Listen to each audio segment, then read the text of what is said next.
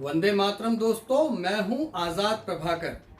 आज हम बात करेंगे इस आधुनिक जगत की सबसे ताकतवर संसाधन के बारे में, जिसकी मदद से बड़े से बड़ा क्रांतिकारी बदलाव भी किया जा सकता है और अगर उसका इस्तेमाल गलत मंसूबों के साथ किया जाए तो ये दुनिया का सबसे घातक हथियार भी बन सकता है।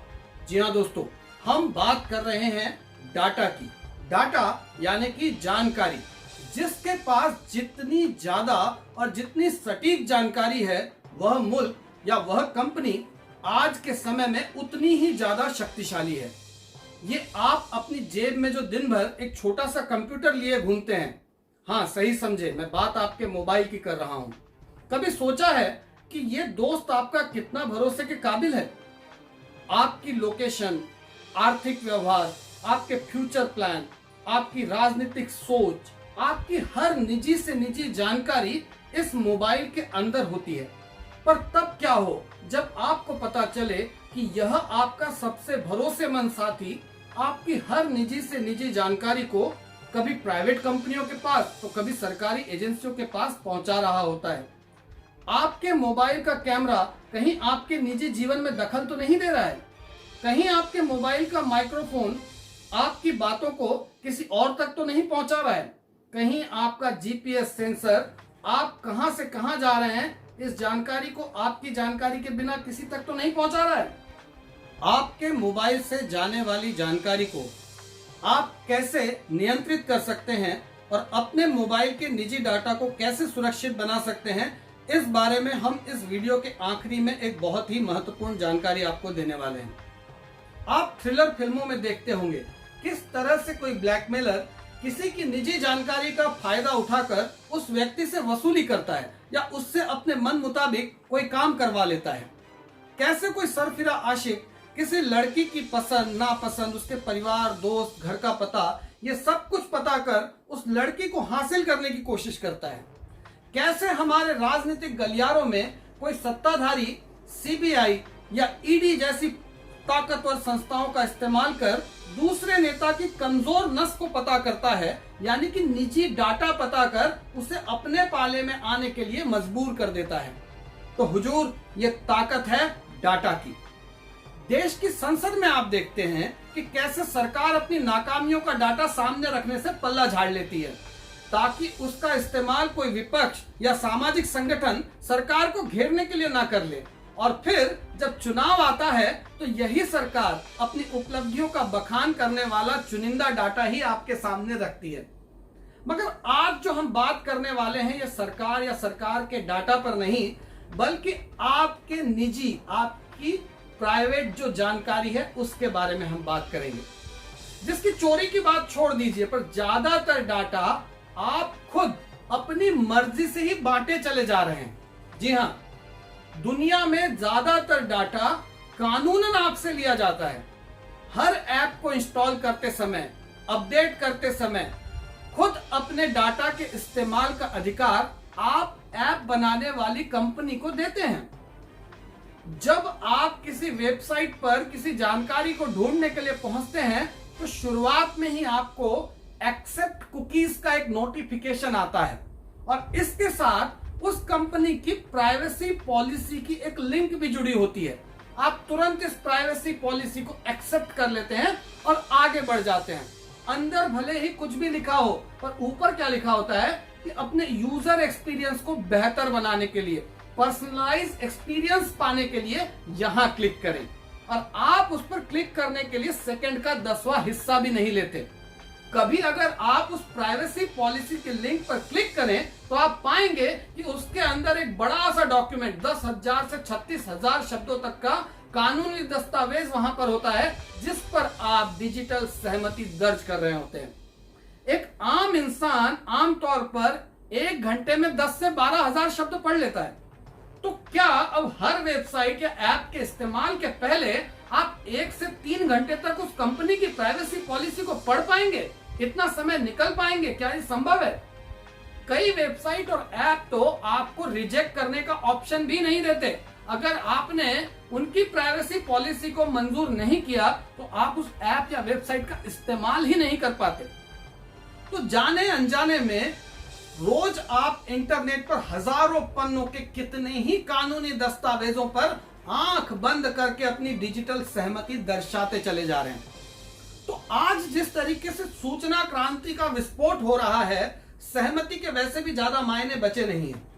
जगह जगह लगे हुए सीसीटीवी जब आपकी फुटेज शूट कर रहे होते हैं तो क्या आपसे कोई सहमति ली जाती है? क्या आपको पता है कि आपका जो सिविल स्कोर हर बैंक, हर फाइनेंशियल इंस्टीट्यूशन देखती है, क्या उन्होंने आपकी आर्थिक जानकारी जुटाने के लिए आपसे कोई सहमति ली है? तो यहां सवाल सहमति या असहमति का गौण हो जाता है। महत्वपूर्ण बात यह है कि जिनके पास आपका डाटा है उनकी जिम्मेदारियों को तय किया जाए। जैसे कि आप किसी वकील, किसी बैंक या किसी डॉक्टर की जब सेवा लेते हैं तो उनकी यह जिम्मेदारी होती है कि आपको आपके कानूनी व्यवहार, आपके आर्थिक व्यवहार, आपके स्वास्थ्य से जुड़ी हुई जानकारियों की पूरी गोपनीयता को बनाए रखें। यही जिम्मेदारी आपकी जानकारी को जमा करने वाले ऑनलाइन प्लेटफॉर्म, चाहे वो गूगल हो, फेसबुक हो या कोई भी कंपनी हो, इनके ऊपर भी डाली जानी जरूरी है। भारत में पर्सनल डाटा प्राइवेसी की जो बहस शुरू हुई, ये तब शुरू हुई जब आधार कार्ड का डाटा लीकेज होने की बात शुरू हुई। जब यह मामला सुप्रीम कोर्ट पहुंचा, जहां एक और हमारी देश की सरकार सुप्रीम कोर्ट को यह बताना चाह रही थी कि नागरिकों के पास निजता का अधिकार, प्राइवेसी का अधिकार नाम का कोई अधिकार ही नहीं है, तो वहीं 24 अगस्त 2017 को 9 जजों वाली संविधान पीठ ने एक ऐतिहासिक फैसला सुनाया, जिसमें उन्होंने कहा कि निजता का अधिकार यानी कि प्राइवेसी का अधिकार एक संवैधानिक अधिकार है, एक मूलभूत अधिकार है, जो कि मनुष्य के सम्मान का भी मूलाधार है। अगर सरकार निजी डाटा को जमा करती है तो उसे अपना उद्देश्य स्पष्ट तौर पर बताना होगा और इस डाटा का कोई गलत इस्तेमाल ना हो, यह भी सरकार को सुनिश्चित करना होगा। इसी सुनवाई के निर्देशों के अनुसार सुप्रीम कोर्ट के जज जस्टिस BN श्रीकृष्णन की अध्यक्षता में पर्सनल डाटा प्रोटेक्शन पर एक कानून का प्रारूप तैयार करने के लिए समिति बनाई गई। इस समिति ने पर्सनल डाटा प्रोटेक्शन बिल का एक प्रारूप बनाकर साल 2018 में भारत सरकार को सौंप दिया और फिर सरकार अपनी जरूरतों और आवश्यकताओं के मुताबिक इस ड्राफ्ट में कई बदलाव करते हुए दिसंबर 2019 में इसे संसद में पेश किया। मजे की बात यह है दोस्तों, जब खुद इस कानून को बनाने वाले जस्टिस BN श्रीकृष्णन ने इस सुधारित बिल को पढ़ा तो उनके खुद होश उड़ गए। सुधारित बिल में सरकार को नागरिकों के निजी डेटा को प्राप्त करने और इस्तेमाल करने के असीमित अधिकार दिए गए थे, जो कि उनकी सिफारिश नहीं थी। तो जस्टिस श्रीकृष्णन ने क्या कहा कि यह बिल भारत को ऑरवेलियन सोसाइटी में बदल सकता है। अब आप सोच रहे होंगे कि ऑरवेलियन सोसाइटी क्या है, तो आपको गूगल करने की जरूरत नहीं है, मैं आपको बताता हूं ये क्या है। यानी कि एक ऐसी सामाजिक स्थिति जहां स्वतंत्र और मुक्त समाज की धारणा को ध्वस्त किया जा चुका हो, जहां पर प्रोपोगंडा, नागरिकों के ऊपर विजिलेंस, निगरानी रखना, फेक न्यूज फैलाना, सत्य को नकारना और इतिहास को तोड़ मरोड़ कर पेश करना तानाशाही व्यवस्था के लोगों पर क्रूरता के साथ नियंत्रण करने का हथियार बन चुका होगा। तो ये जो मत है, ये श्री कृष्णन जस्टिस जो थे उन्होंने रखा। आप में से कुछ लोगों को ऐसा लग रहा होगा कि ये सब कुछ तो अभी भी हो रहा है, तो खैर मैं ये आपके विवेक पर छोड़ता हूं कि अभी की राजनीतिक परिस्थिति का मूल्यांकन आप किस तरीके से करते हैं। अब कुछ लोग चाहे तो जज साहब को भी कह सकते हैं कि जज साहब एंटी नेशनल है, अर्बन नक्सल है, परंतु यह विचार उस व्यक्ति के हैं जिसे खुद इसी सरकार ने डाटा प्रोटेक्शन बिल का ड्राफ्ट तैयार करने की जिम्मेदारी सौंपी थी। तो आप खुद सोच सकते हैं कि मामला कितना गंभीर है। जब लोकसभा में यह बिल पेश हुआ तो भारी विरोध की वजह से इस बिल को पुनर्विचार और सुधार के लिए संसद की ज्वाइंट सिलेक्ट कमेटी के पास भेज दिया गया। जस्टिस श्रीकृष्णन कहते हैं कि अगर सिलेक्ट कमेटी चाहेगी तो वो उन्हें भी अपनी चिंताओं से अवगत करने के लिए तैयार है। इस बिल में कुछ प्रावधान दिए गए हैं, कुछ अपवाद दिए गए हैं कि कानून व्यवस्था की स्थिति को बनाए रखने के लिए, देश की संप्रभुता के लिए, देश की रक्षा के लिए, देश की अखंडता के लिए, दूसरे देशों से संबंध अच्छे बनाए रखने के लिए, किसी अपराध की जांच के लिए या अपराध को होने से रोकने के लिए, इन स्थितियों में सरकार आपके निजी डेटा का इस्तेमाल कर सकती है, उसे जमा कर सकती है। इसकी पूरी आजादी सरकार को दी गई है। शब्दों में देखें तो ये बात शायद कहीं गलत ना लगे, पर मौजूदा देश के वातावरण को अगर आप लोग देखेंगे तो आप पाएंगे कि जो लोग सरकार से असहमत होते हैं, फिर चाहे वो छात्र हो, चाहे वो किसान हो या फिर मजदूर हो, उन सबको सीधा सीधा देशद्रोही, नक्सलवादी, आतंकवादी जैसे गैर जिम्मेदार टैग लगाकर इन विशेषणों से उन्हें संबोधित किया जाता है, उन्हें कानूनी तौर पे प्रताड़ित किया जाता है। ऐसे में इस बिल का राजनीतिक दुरुपयोग सत्ताधारियों के द्वारा कैसे टाला जा सकेगा, इसका कोई जवाब आज मौजूद नहीं है। भारत जैसे लोकतांत्रिक देश में लोगों की निजता के हनन की खुली छूट अगर सरकार को दे दी जाएगी तो मेरे विचार में ये लोकतंत्र की जड़ों को खोखला करना जैसा है।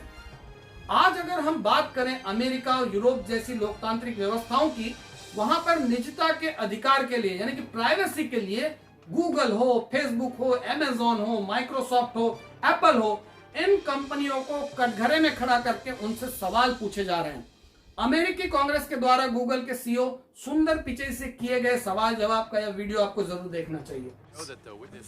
Mr. Pichai, is it true that the Android operating system sends Google information every few minutes, detailing the exact location of a smartphone within a few feet, the speed of movement of the phone, the altitude of the phone sufficient to determine what floor of a building the phone is on, the temperature surrounding the phone, and other readings? And if so, with Americans carrying their phones with them virtually at all times, doesn't the collection of this volume of detailed information really mean that Google is compiling information about virtually every movement an individual with a smartphone is making every hour of every day? It depends on the applications users choose to use. If you're using a fitness application, which is detecting the number of steps you walk, you expect it to send that information. But it's a choice users make. We make it clear, and it depends on the use cases. So the answer to my question, my first question is yes. Is that correct? That the information that I cited is gathered by Google? For Google services, you have a choice of what information is collected, and we make it transparent. Do you believe that Google has been brought out here in some question is biased? Congressman, it's really important to me that we approach our work in an unbiased. Do you believe that Google is biased? It's either yes or no. No, not in our approach. क्या ऐसा कोई दृश्य हम अपने भारत में भी अपेक्षित कर सकते हैं? भारत में सत्ताधारी दल गूगल हो या फेसबुक, इन जैसी कंपनियों से इंटरेक्शन केवल अपनी प्रोपागेंडा मशीनरी को चलाने के लिए या नफरत और झूठ फैलाने वाले जो यूजर ब्लॉक कर दिए गए हैं, जो ग्रुप्स ब्लॉक कर दिए हैं, उन्हें दोबारा चालू करने तक सीमित है। क्या संसद में कभी इनसे जवाब मांगा जाता है? नहीं मांगा जाता। आइए जानते हैं यह आईटी कंपनियां आखिर आपका कौन कौन सा डाटा जमा करती हैं। आपकी लाइफस्टाइल, आपकी जिंदगी से जुड़े हुए सारे पहलू, आपकी पसंद, आपकी नापसंद, आपकी आदतें क्या होती हैं, आपका निर्णय लेने का तरीका क्या होता है। किसी विषय में अगर आपको मत निर्धारित करना होता है तो आपका डिजिटल बिहेवियरल पैटर्न क्या है, आप अपना मत किन वेबसाइट्स पर डाटा स्टडी करके तय करते हैं, आपका खर्च करने का तरीका क्या है, आपकी आर्थिक स्थिति कैसी है, आपकी ईएमआईज, आपकी देनदारियां क्या हैं, आपका स्वास्थ्य कैसा है, आपको बीमारियां कौन कौन सी है, किन लोगों के साथ आप ऑनलाइन इंटरेक्ट करते हैं, किन लोगों को आप प्रभावित करते हैं और किनका प्रभाव आपके ऊपर पड़ता है, आपके राजनीतिक और धार्मिक मत क्या हैं, किन संस्थाओं के साथ, किन संगठनों के साथ आप जुड़े हुए हैं। ऐसी कई बारीक जानकारियां आपके बारे में जुटाई जा रही हैं और लगातार संग्रहित की जा रही हैं। तो चलिए अब आपको समझाते हैं कि इन जानकारियों का इस्तेमाल किस तरीके से किया जाता है। सबसे पहले तो आपके डाटा का इस्तेमाल व्यावसायिक उद्देश्यों की पूर्ति के लिए किया जाता है। आपको कोई प्रोडक्ट अगर बेचना है तो उसके लिए आपको पर्सनलाइज मैसेज भेजा जा सके। किस सेलिब्रिटी के द्वारा बेचा गया प्रोडक्ट आपको ज्यादा अपील करेगा, आपके कंजम्पशन पैटर्न, आपके आर्थिक व्यवहारों की जानकारी को रिसर्च के लिए कुछ कंपनियों को उपलब्ध करवाया जाता है। जब आप गूगल पे या अमेजॉन पे किसी प्रोडक्ट को सर्च कर लेते हैं तो हर एप्लीकेशन पे, हर वेबसाइट पर आपको उसी प्रोडक्ट या उससे मिलते जुलते प्रोडक्ट के ऐड और ऑफर देखने को मिलते हैं। ये आपके डाटा की वजह से। आपके डाटा का इस्तेमाल राजनीतिक उद्देश्यों से भी किया जा सकता है। आपने कैम्ब्रिज एनालिटिका की सर्विस जो है वो कई राजनीतिक दल लेते हैं, सुना होगा। जब आपकी पसंद, आपकी नापसंद, आपकी प्राथमिकताएं, आपका मत राजनीतिक दलों को बिग डेटा एनालिसिस से पता चल जाता है तो वो आपको मेल के द्वारा, सोशल मीडिया के द्वारा ऐसे ही मैसेज भेजेंगे जो आपकी पसंद से जुड़े हुए हैं और इसके द्वारा धीरे धीरे आपके मत को उनके पक्ष में बदलने की कोशिश की जाती है। इस डाटा का इस्तेमाल नागरिकों पर सरकार के नियंत्रण को स्थापित करने के लिए भी किया जा सकता है। सरकार अगर आपके सोशल मीडिया अकाउंट, आपके ऑनलाइन बिहेवियर को अगर लगातार ट्रैक कर रही होती है तो उसे पता होता है कि कब आप किस विषय में विरोधी सुर व्यक्त कर रहे हैं, कब कोई आंदोलन हो सकता है और उस विरोध के शुरू होने के पहले ही सरकार उस विरोध प्रदर्शन की कमर तोड़ सकती है। इस डेटा का इस्तेमाल एक देश किसी दूसरे देश के खिलाफ उसकी आंतरिक अस्थिरता, उसकी व्यवस्था को कमजोर करने के लिए भी कर सकता है। इसी चिंता की वजह से भारत ने पबजी और टिकटॉक से लेकर 224 चाइनीज ऐप पर हाल ही में प्रतिबंध लगाया है। अभी एक जानकारी सामने आई थी कि चीन भारत के हजारों लोगों के ऊपर में ऑनलाइन सर्विलियंस यानी कि निगरानी रख रहा है, जिनमें कई राजनेता, कई पत्रकार, जज, बड़े व्यावसायिक, सामाजिक कार्यकर्ताओं सहित देश की कई बड़ी हस्तियों का समावेश है। तो दोस्तों, इस वीडियो का उद्देश्य यही था कि आपकी निजी जानकारी का इस्तेमाल कैसे हो रहा है ये जानकारी मैं आप तक पहुंचा पाऊं। और अगर अब भी आप सोचते हैं कि ये सब तो बड़ी दूर की कौड़ी है, बड़ी दूर की बात है, तो आप कोई भी न्यूज चैनल खोलकर देख लीजिएगा, आपको बड़े बड़े सेलिब्रिटीज के व्हाट्सएप चैट और पर्सनल मैसेजेस टीवी की स्क्रीन पर चटपटी चाट की तरह बिकते हुए नजर आएंगे। और इतने पर भी अगर आपको तसल्ली नहीं है तो स्क्रीन पर यह खबर देख लें, जहां खुद सरकार ने आपके ड्राइविंग लाइसेंस के लिए मिला हुआ निजी डाटा 87 कंपनियों को 65 करोड़ रुपए में बेच दिया। तो दोस्तों, अब बात करते हैं जो हमने वीडियो की शुरुआत में कहा था कि आप अपनी निजी जानकारी को अपने मोबाइल पर कैसे सुरक्षित बना सकते हैं। अपनी मोबाइल की सेटिंग्स में जाएं और परमिशन मैनेजर सर्च करें। परमिशन मैनेजर के अंदर जाकर आप अपने मोबाइल के अंदर body sensor, calendar, call, camera, microphone, location, contact, इन्हें कौन से ऐप एक्सेस कर सकते हैं इसे नियंत्रित कर सकते हैं। आप उस परमिशन में जाकर देख सकते हैं कि कौन से ऐप उसे इस्तेमाल कर रहे हैं और उसके बाद आप उसके डिटेल में जाकर उस ऐप को आप उस सुविधा को इस्तेमाल करने की परमिशन देना चाहते हैं या नहीं देना चाहते हैं ये भी तय कर सकते हैं। तो मुझे लगता है कि हम में से हर एक को थोड़ा सा समय निकाल कर ये तय करना चाहिए कि किन ऐप्स को आप, आपका कैमरा, आपका माइक्रोफोन, आपके कॉन्टैक्ट्स, आपके एसएमएस पढ़ने की छूट देना चाहते हैं और किन्हें नहीं देना चाहते हैं। सामान्य तौर पर इन परमिशन से आपके मोबाइल एक्सपीरियंस में कोई खास फर्क नहीं पड़ता, पर आप और अधिक सुरक्षित हो जाते हैं। तो उम्मीद करता हूं आपको सावधान करने के लिए बनाया गया ये वीडियो आपको पसंद आया होगा। इस जानकारी को ज्यादा से ज्यादा अपने परिचित लोगों तक पहुंचाइए, उन्हें शेयर कीजिए ताकि वो भी डाटा प्राइवेसी को लेकर जागरूक हो सकें। फिर मिलेंगे ऐसे ही किसी महत्वपूर्ण वीडियो के साथ, तब तक के लिए नमस्कार।